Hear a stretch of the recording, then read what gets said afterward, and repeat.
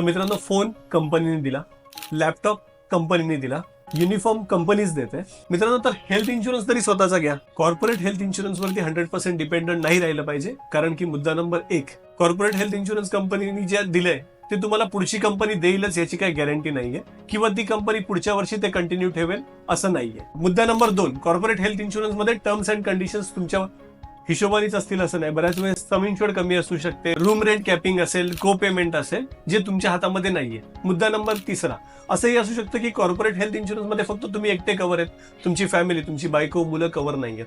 मुद्दा नंबर 4, जे तुम्ही इंडिव्हिज्युअल हेल्थ इन्शुरन्स घेता त्याच्यामध्ये तुम्हाला टॅक्स बेनिफिट भेटतो ना. अंडर सेक्शन 80D तुम्ही 50,000 पर्यंतचा टॅक्स बेनिफिट घेऊ शकता.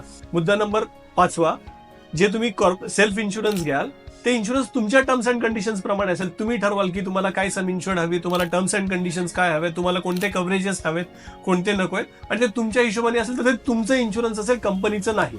त्यामुळे कॉर्पोरेट हेल्थ इन्शुरन्स कव्हर जरी असेल तरी आपण आपलं स्वतःचा एक हेल्थ इन्शुरन्स घेऊन ठेवणं गरजेचं आहे.